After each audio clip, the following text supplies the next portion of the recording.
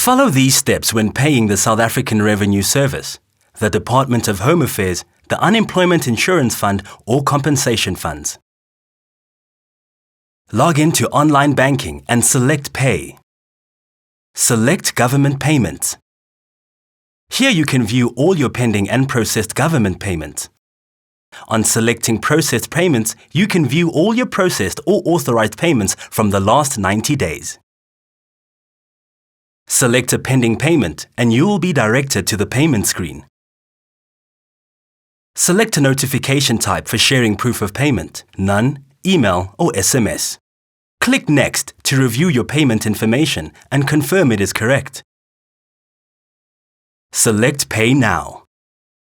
On the Success screen, you will be able to view the details of your payment and download the proof of payment.